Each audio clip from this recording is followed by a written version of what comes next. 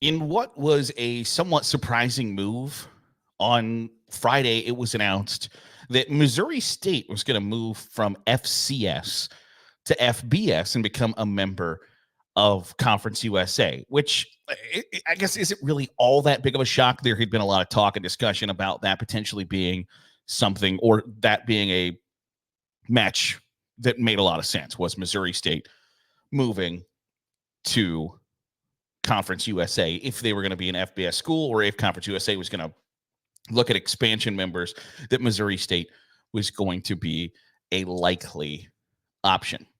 And it really is interesting because outside of the one season that Bobby Petrino coached Missouri State, they have not been good.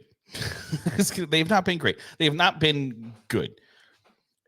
And yet they still find the value in moving up and being an FBS member, paying the $5 million fee that the NCAA is now imposing. And the longer that fee, if we can quick sidebar, the longer that fee doesn't seem to be a barrier, I wonder, because Missouri State moved up, Delaware moved up. If they have $5 million, I have to assume that eventually North Dakota State has that money. South Dakota State has that money. North Dakota, South Dakota, Montana State.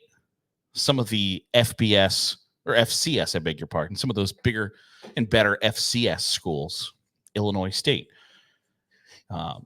You would think maybe they eventually, if they find the money, or if they look at the increased exposure for schools like Jacksonville State or Sam Houston or Tarleton State or Missouri State in Delaware, if they eventually view that as, oh, you know what, like, because right now the barrier has sort of always been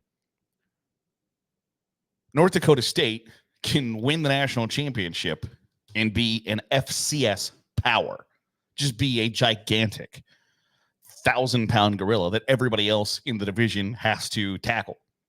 And if they move up to FBS, they're not really going to have the opportunity to compete for national championships. And so they stay in the FCS, which is a good fit for them. They continue to get games against really good FBS opponents. Like, they start the season against Colorado on a Thursday night. That, don't be surprised if it's on national TV, and don't be surprised if North Dakota State wins that game.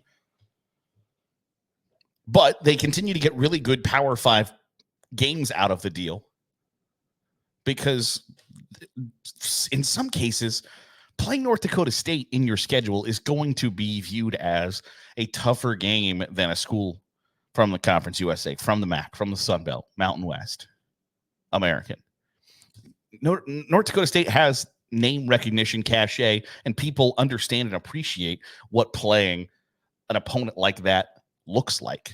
And they continue to win games against Power 5 schools. Now, I'm not going to sit here and tell you, like, well, North Dakota State joined the Big 12. They might be. Like, I'm not going to tell you that. I don't think that's fair, right, whatever the case may be. But can North Dakota State move up to FBS and win the MAC? Yeah, probably. Compete for the MAC? Yeah. Compete for Conference USA? I think so, yeah, without question. And I wonder if that top upper echelon of FCS looks at schools like, in Delaware for a long time was an FCS power, but Missouri State, by really no stretch of the imagination, fits that bill. They don't fit the, like, that's a program that's had a lot of success in FCS. No, they really haven't. But being an FBS school brings with it a lot that obviously Missouri State values. But the one thing that I really wonder is if a group of 5 playoff happens. And we talked about it in the past, that Derek Dooley, the former Louisiana Tech and Tennessee coach, is trying to get the wheels kind of turning of, let's have a group of 5 playoff. Let's just recognize where you are in the hierarchy of college football. Appreciate that it's not where you'd like it to be, and just have your own championship. Should that happen, Do the schools in the SWAC, the HBCU schools, and the schools in the Big Sky / Missouri Valley Football Conference, do they then have questions they have to answer? Because I think you do. I think if you have built your brand and used the reasoning of we can be competitive and win national championships at this level, and then you're a quasi Division II school at that point, because if FBS is going to split into essentially two divisions, then there's FCS, Division II, Division III.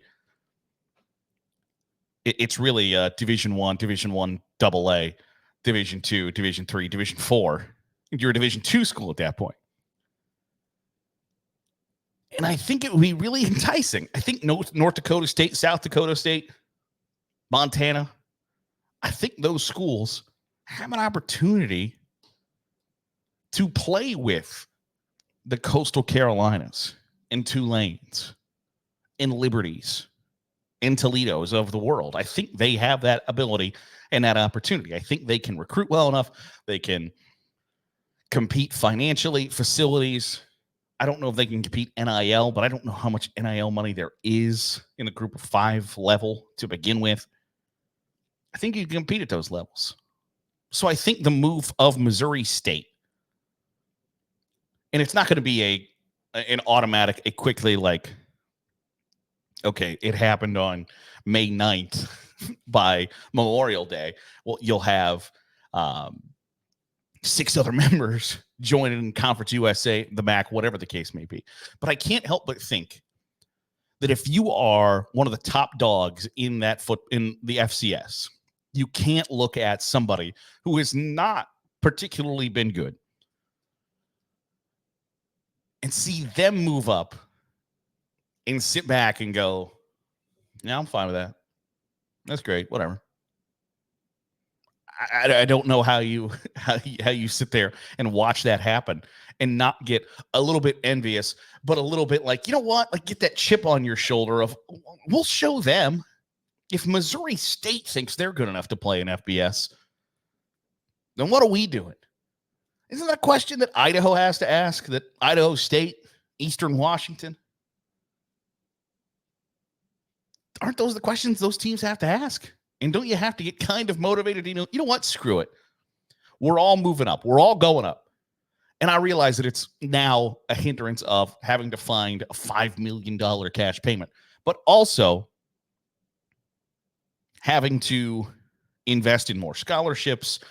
They took away the attendance requirement that you had to have a minimum of 15,000 fans at your games, which was dumb. Hawaii was going to struggle with that because they're playing in a stadium that's a temporary spot. UMass had trouble with that. But nonetheless, while making it financially more difficult to move up to FBS, the NCAA has made it easier in virtually every other aspect to move up to that level. And I just don't know how much longer you're going to see schools that could be deemed as inferior.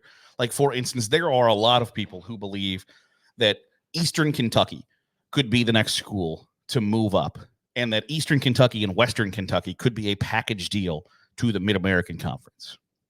There are people who believe that because Western Kentucky and Middle Tennessee State almost joined the MAC when it looked like Conference USA was going to go under.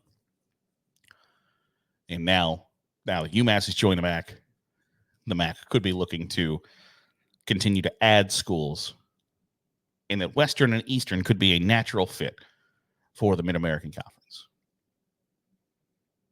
If you are one of the best teams in the FCS, and the last 3 schools that moved up were Delaware, Eastern Kentucky, and Missouri State, and you have trophies in your trophy case over the last decade, over the last 15 years, isn't it really difficult to watch those schools move up?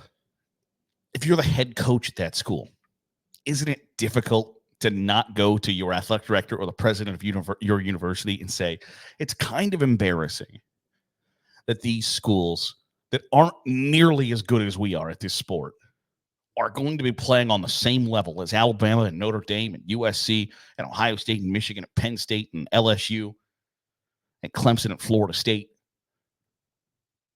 I think that'd be really difficult to not march into the president's office and say, what the hell are we doing? And so I just wonder how much longer you're going to see that clear delineation between FCS and FBS, and if there's going to be an FBS play or if there's going to be a group of 5 playoff. If that momentum starts to build, don't be surprised if there's some momentum of the Missouri Valley, the SWAC. You get some of those really big HBCU schools that have attendance that are better than some top flight group of 5 programs. The SWAC, Missouri Valley, Big Sky. If you don't start to see some of those programs say, we're going to make the jump and we're going to fight with the Americans, Conference USA, Mountain West, etc., to try to win that national championship rather than some of the small private schools.